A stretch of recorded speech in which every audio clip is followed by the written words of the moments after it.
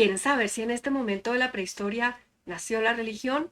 Para ello, hay que trasladarse a la transición hacia la sedentarización, justo al terminar la última glaciación, donde los cambios climáticos influyeron no solo en cuanto que tuvieron que hacer modificaciones a la tecnología para conseguir el alimento, sino también cambios de comportamiento y maneras de pensar. ¿Será la religión resultado de esta nueva situación? Acompáñame a descubrirlo y viajemos a través del espacio y el tiempo para trasladarnos al epipaleolítico. ¡Vámonos!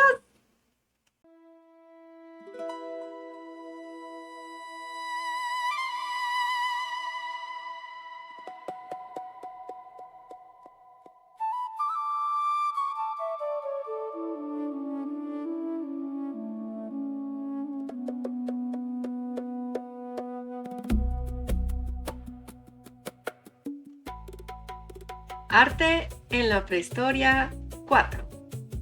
La transición hacia la sedentarización. ¿Mesolítico o epipaleolítico? Vamos a ubicar este periodo de transición dentro de lo que es la prehistoria. Son fechas aproximadas, varían según las fuentes, pero nos dan una idea de la ubicación en el tiempo del periodo que nos interesa en este episodio. La edad de piedra tiene el paleolítico, que se divide en inferior, medio y superior. En el paleolítico superior es donde se dan las manifestaciones artísticas, que es lo que en este curso nos interesa y vimos en los primeros 3 episodios. Este es un periodo de transición hacia la definitiva sedentarización que se va a dar en el neolítico, y la edad de piedra va a terminar con la edad de los metales, algo que veremos más adelante. Empezamos con la gran glaciación, la glaciación de Würm, o la llamada edad de hielo, que corresponde al paleolítico.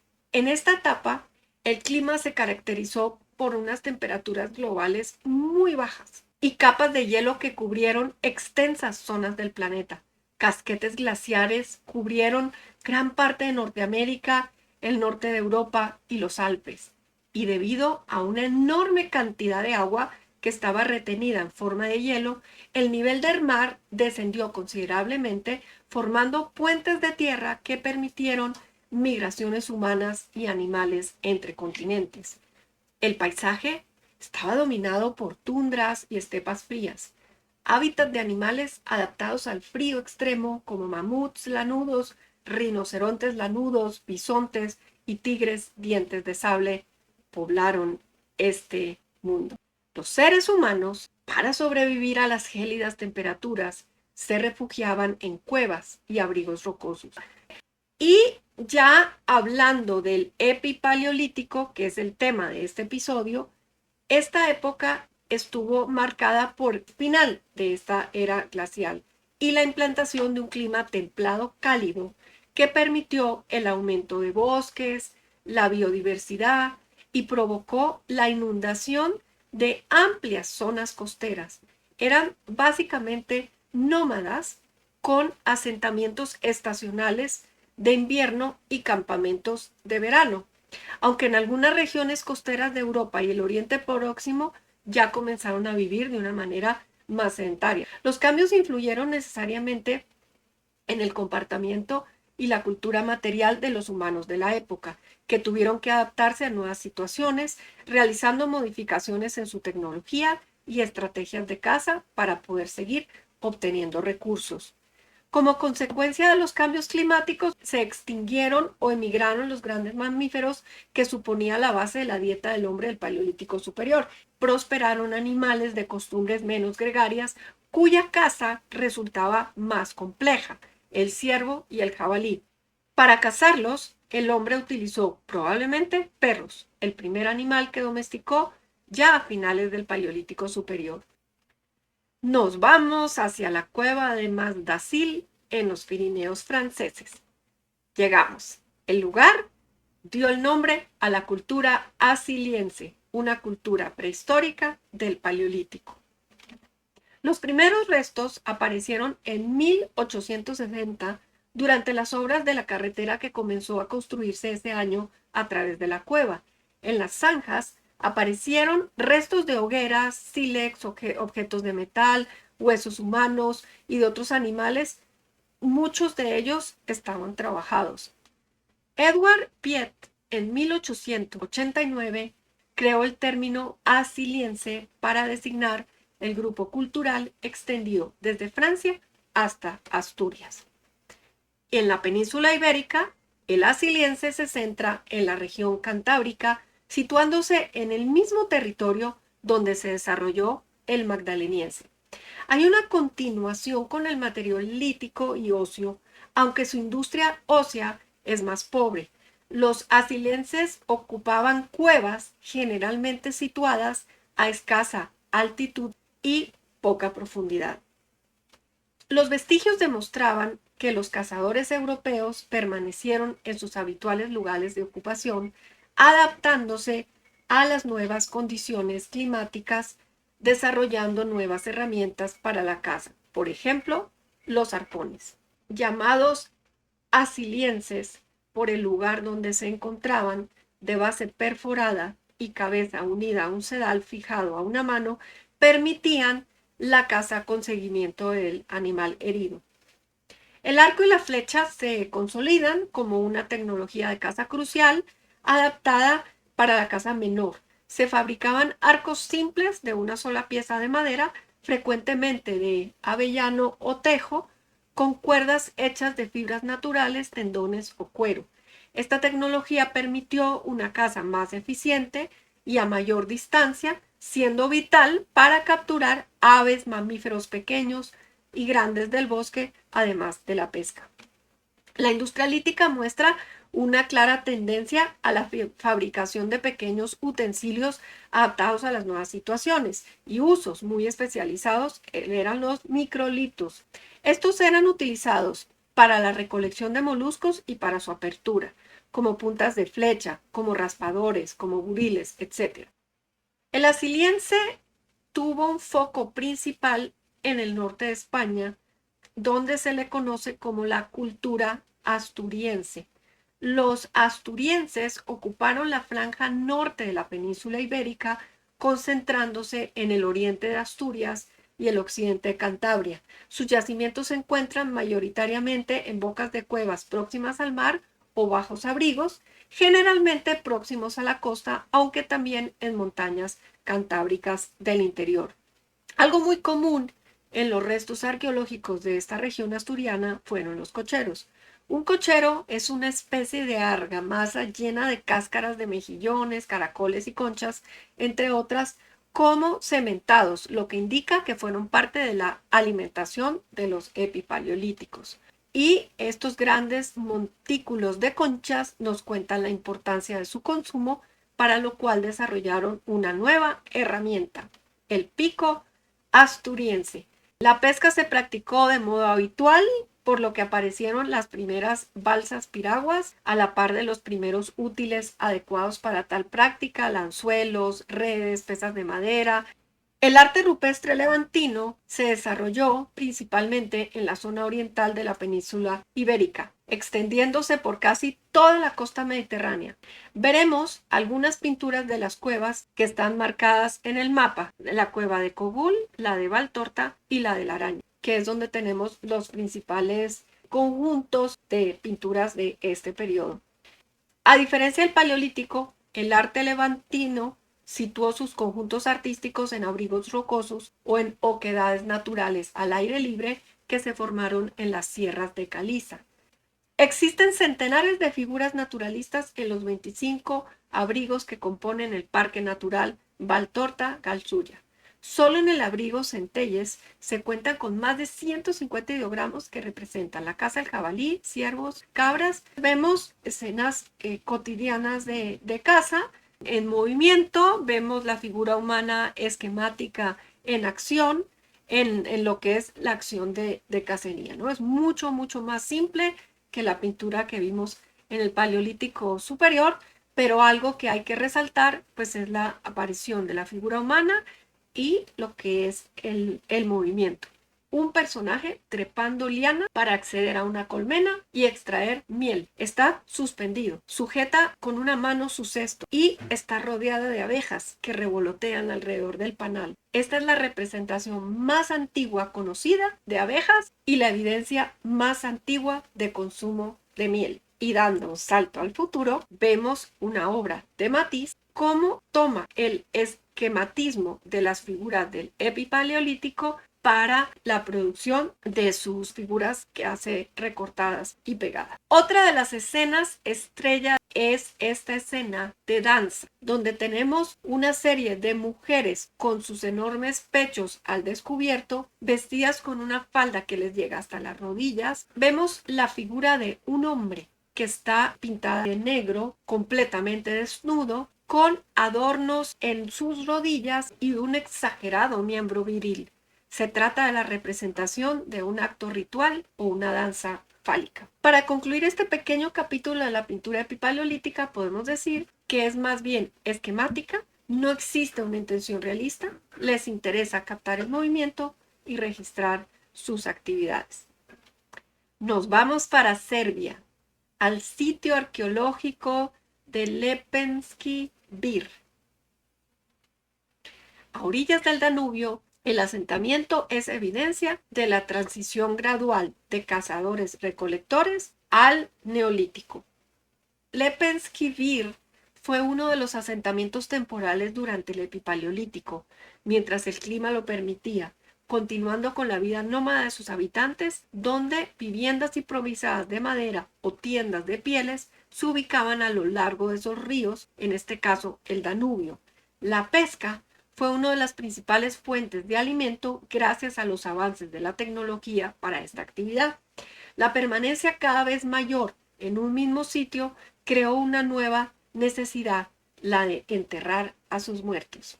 Lepenski Bir ha sido identificado tradicionalmente como un punto de contacto entre los cazadores locales del Mesolítico y las comunidades de agricultores procedentes de Anatolia y de la región del Egeo.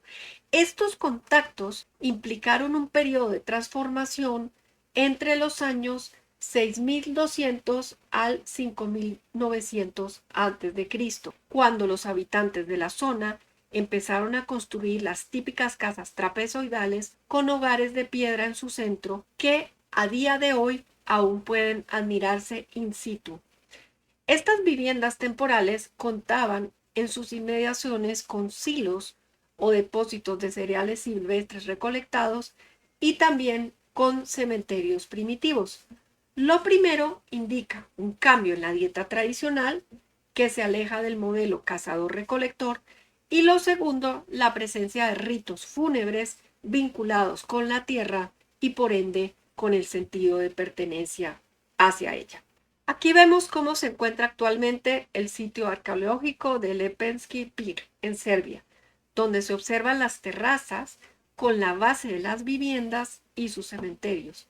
En ella los restos arqueológicos permiten documentar la vida de sus antiguos habitantes.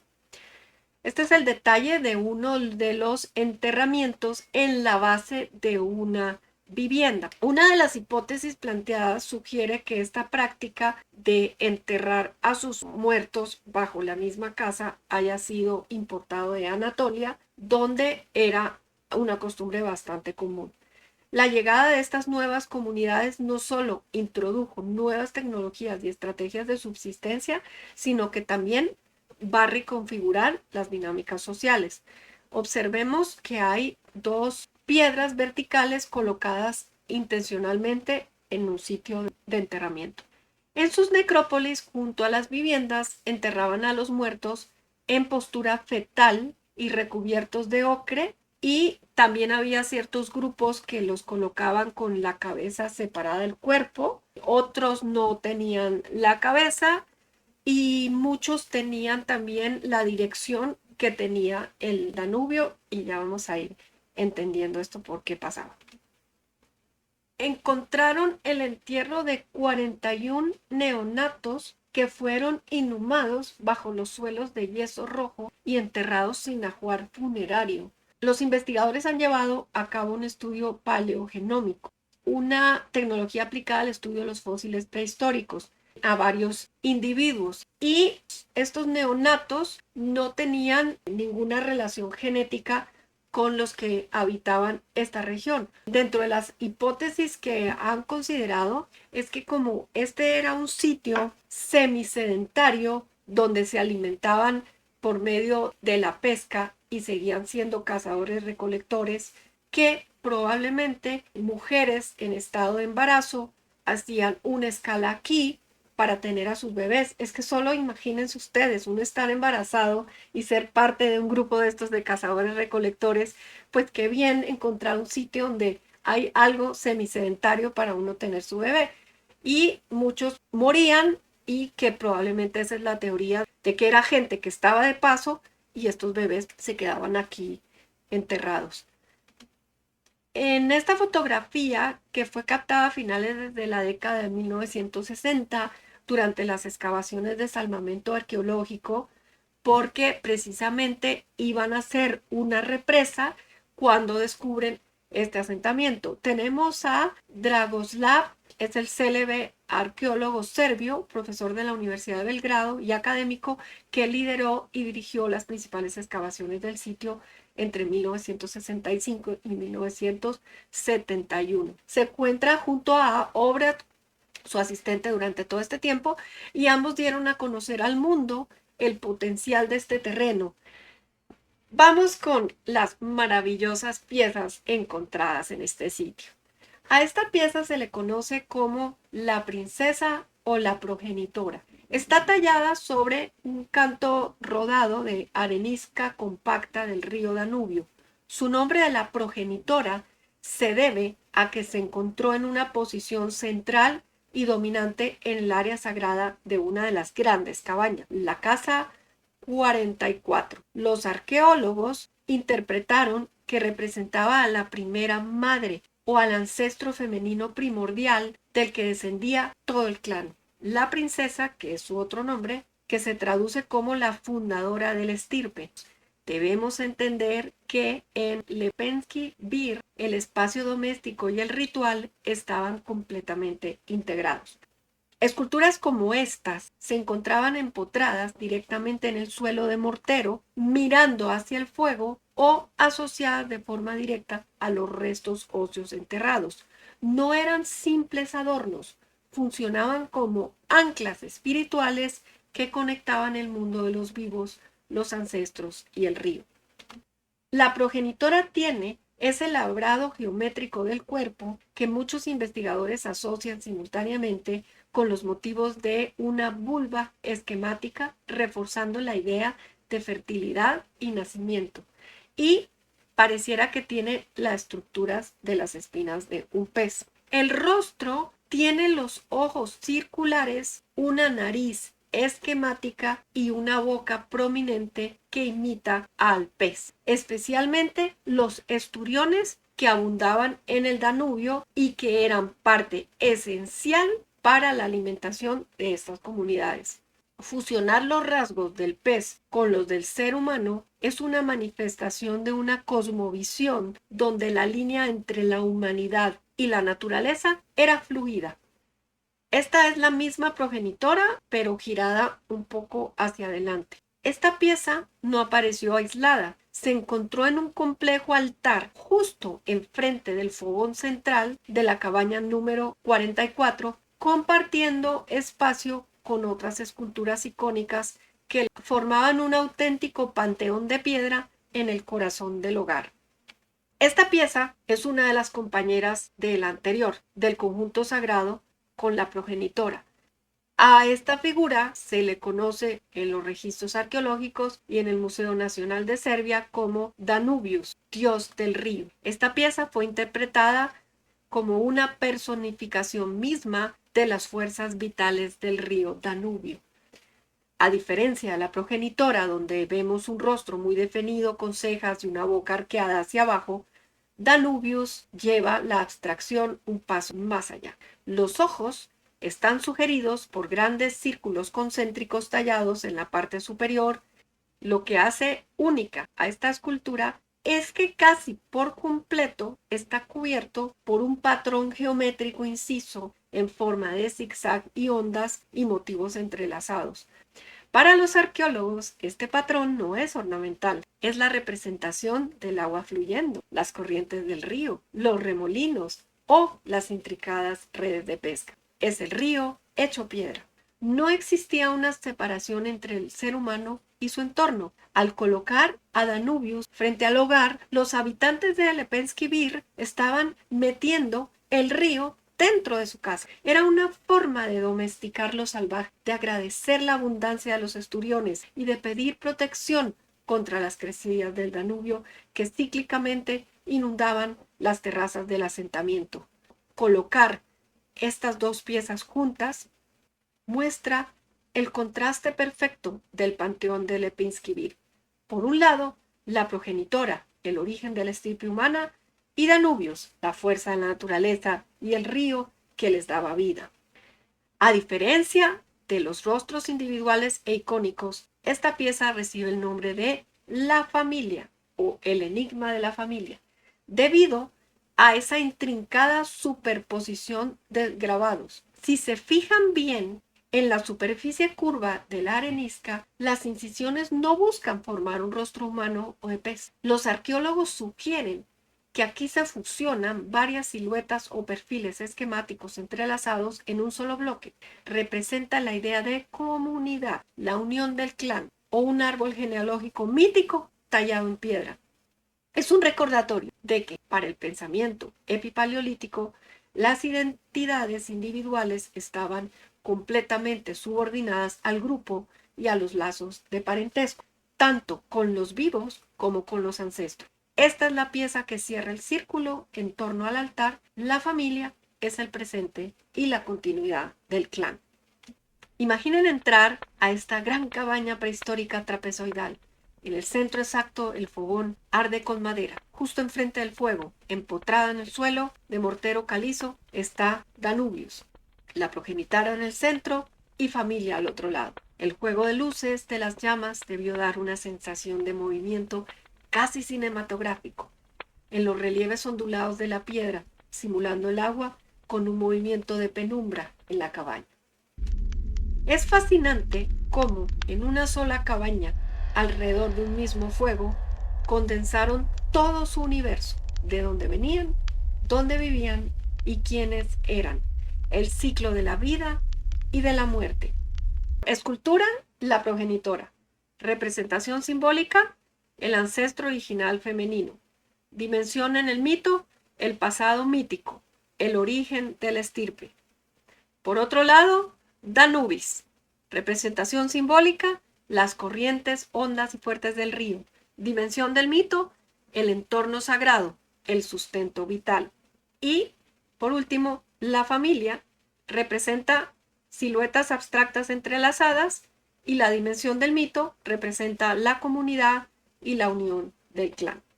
Existe una hermosa teoría arqueológica que postula que la comunidad creía que las almas de los muertos viajaban río abajo y regresaban en la primavera transmutados en las grandes peces que remontaban la corriente. Así la escultura encapsula el concepto de la regeneración. Anelo, la deidad de los ojos saltones, transmite una profunda carga dramática en su rostro. Es una escultura casi esférica que concentra toda la fuerza en la mirada. Los ojos son desproporcionadamente grandes, circulares y rodeados por unos párpados o cejas en relieve muy marcados. Da la impresión de una mirada fija, asombrada, dirigida perpetuamente hacia arriba. La boca mantiene la forma clásica del pez arqueada hacia abajo. Estaba diseñada para estar empotrada en el suelo, como si estuviera saliendo de él. Esa mirada perpleja que parece interrogar al fuego o al cielo, buscando respuestas en un mundo de transición. El progenitor o el fundador de la estirpe destaca por un carácter mucho más humano, casi un retrato primitivo. Su expresión ha sido descrita a menudo por los investigadores como misteriosa, solitaria y solemne. Está tallada sobre un canto rodado de arenisca, aprovechando de manera orgánica la morfología original de la piedra. Los artistas de Lepenski Bir tenían un respeto absoluto por la forma natural de la roca. La intervención en ellas no destruía el canto, sino que despertaba la figura oculta en él. Se aprecian unos ojos almendrados y hundidos muy marcados, una nariz esquemática, pero recta y prominente, una boca abierta, con labios gruesos, que dibujan una expresión sobrecogedora. En la parte inferior, los hombros y los brazos se intuyen de forma sutil, pegados al cuerpo cilíndrico. Cuando fue excavada la pieza, aún conservaba trazas de pigmento rojo ocre en la zona de las ojeras y en el cuello, lo que sugiere que estuvo policromado.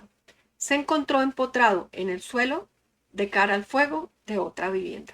La madre ancestral, perfecto ejemplo del híbrido pisiforme, forma de pez y humano a la vez. Lo más llamativo son sus enormes ojos redondos, fuertemente enmarcados por gruesos relieves concéntricos, que recuerdan a la mirada de un gran pez de río, como las carpas o los esturiones del Danubio. La nariz está sutilmente sugerida en el eje central y la boca está esculpida hacia abajo.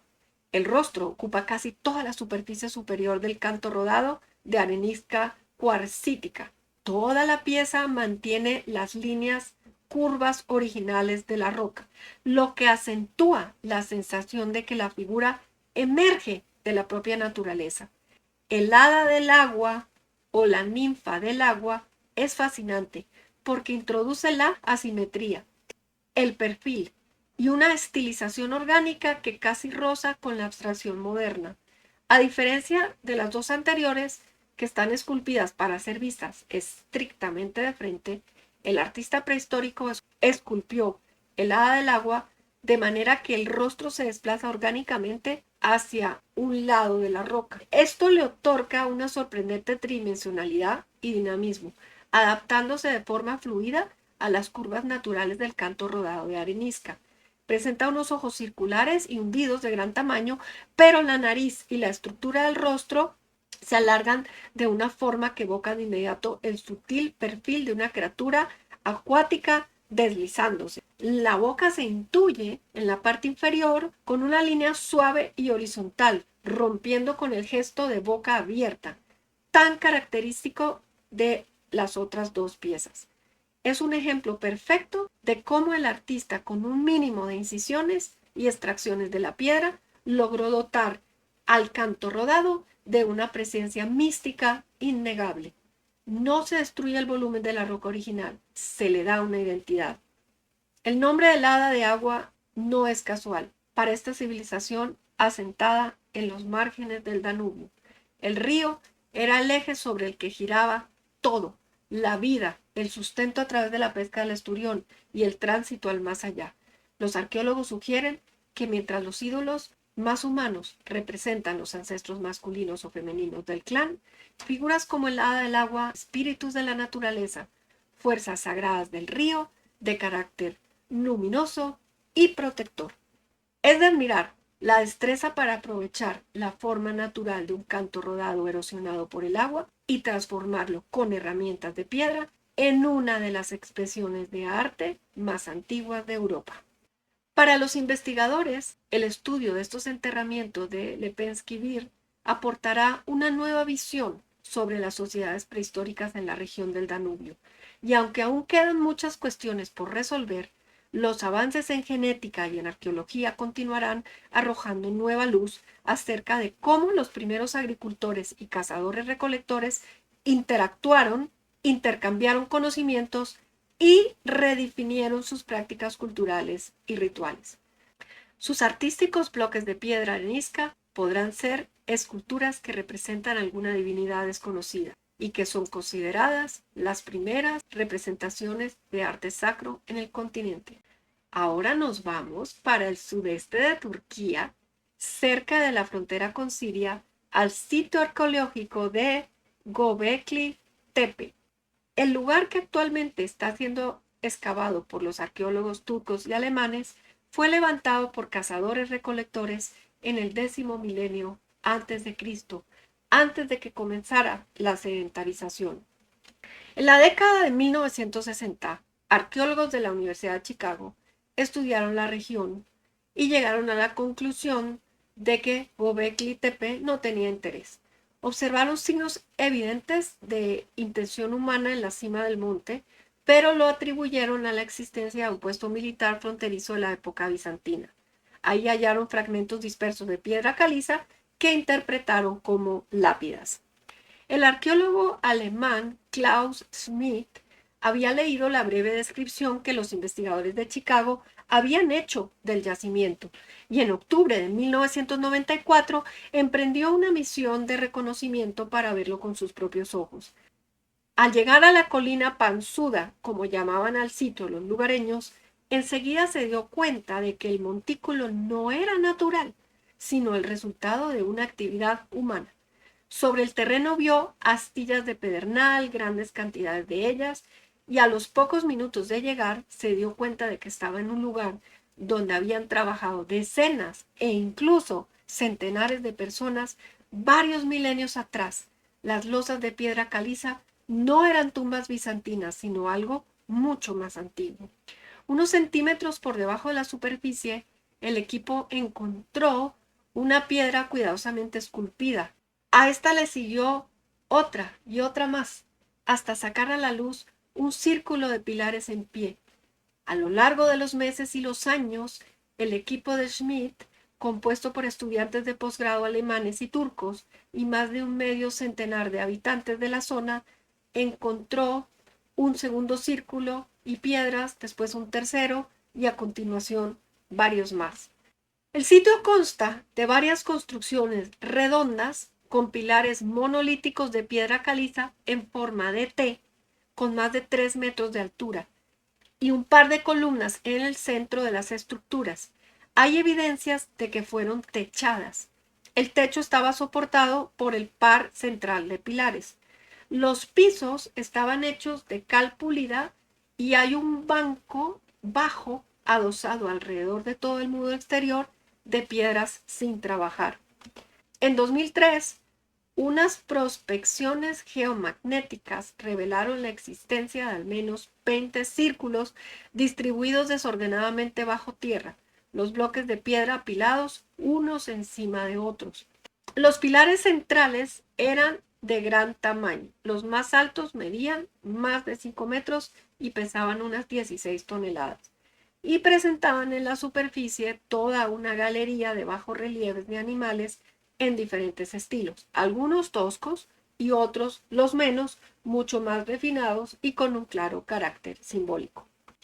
Cuando se edificó Göbekli Tepe, gran parte de la humanidad estaba organizada en pequeñas bandas nómadas que vivían de la recolección de plantas y de la caza de animales salvajes. Para construir el templo, probablemente fue necesario reunir en un solo lugar más personas de las que jamás se hubieran reunido hasta entonces. Los constructores lograron extraer y tallar y transportar piedras de 16 toneladas a lo largo de cientos de metros, aunque no conocían la rueda ni disponían de animales de carga. Aquellos que en ese momento se acercaban a estos pilares de más de 5 metros de altura debían ver gigantes petrificados como emisarios de un mundo que apenas podían vislumbrar. Este pilar podía representar una figura. Se ven las manos encima de una especie de cinturón que sostiene un taparrabos. Los detallados bajorrelieves con buitres, escorpiones y otras criaturas hallados en los pilares en forma de T muestran que los cazadores-recolectores estaban evolucionando hasta estructuras sociales más complejas. Quizá el primer sitio de peregrinaje construido por el hombre.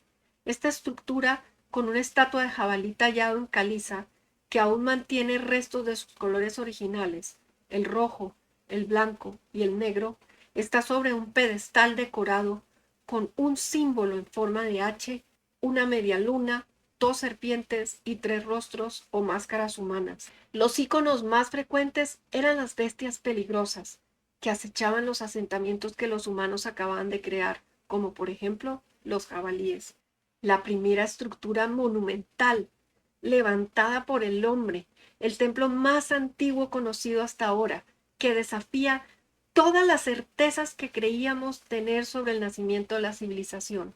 Misteriosamente, todo este complejo de piedras, pilares y esculturas fue deliberadamente enterrado sobre el año 8000 a.C., permaneciendo abandonado y oculto por aproximadamente 10.000 años, hasta que fue redescubierto en la década de 1990. Los arqueólogos todavía están excavando Göbekli Tepe y aún no se han puesto de acuerdo respecto a su significado, pero lo que sí saben es que el yacimiento es el más notable de una serie de hallazgos inesperados que han cuestionado anteriores ideas sobre el pasado remoto de nuestra especie. Hasta apenas unos 20 años atrás se hablaba de una secuencia de cazadores-recolectores hacia el Neolítico, donde dejan el nomadismo, forman poblados agrícolas y a partir de ahí sociedades tecnológicamente avanzadas empiezan a construir. Pero esto fue construido cuando todavía eran cazadores-recolectores. No hay ningún rastro de agricultura. En 2004 hubo otra evidencia de esculturas talladas a 32 kilómetros de la ciudad de Göbekli Tepe. Y años más tarde, en 2019, Necmi Karun, un arqueólogo de la Universidad de Estambul, descubriría en la colina de Karahan un lugar que para muchos investigadores es el primer poblado de la historia, datado en torno al 9400 a.C. En turco, la palabra tepe significa colina o cumbre. Por lo tanto, Karahan Tepe se traduce como la colina de Karahan. Empieza la excavación y se encuentran más de 200 megalitos en forma de T y de 4 metros de alto, que pesan 10 toneladas, decorados con representaciones animales, fálicas y rostros humanos, del mismo periodo de Göbekli Tepe. Espacios sagrados y seculares fueron construidos simultáneamente en Karahan Tepe, a pesar de que no se encontraron restos de vegetación de granja, lo que sugiere que los habitantes permanecieron cazadores, trabajadores. Fue construido por cazadores recolectores nómadas antes de que existiera la agricultura, lo que sugiere que las necesidades espirituales y rituales fueron un factor clave para que el ser humano comenzara a vivir en asentamientos fijos. En la ladera de una colina, que es el área excavada hasta el momento, se articula alrededor de una gran sala circular decorada con estelas talladas conectadas con un conjunto de habitaciones que se podían llenar con agua para celebrar ritos de purificación o iniciación de los fieles. A su alrededor se continúa trabajando en las decenas de estructuras que van apareciendo, completando poco a poco este particular rompecabezas prehistórico. La gran sala circular está decorada con 11 columnas labradas y una cabeza incrustada en la pared de esto que se cree que era como una piscina y se alimentaba mediante una serie de canales que recogían el agua de lluvia. El rostro humano que domina la piscina ritual se ilumina por el sol cada solsticio de invierno, lo que indica la importancia de su posición y a su vez de este espacio sagrado. Karahan Tepe también se ha posicionado en el centro de la noticia tras el hallazgo de una escultura realista de 2,3 metros de altura, una pieza que los arqueólogos consideran una de las estatuas más impresionantes del arte prehistórico.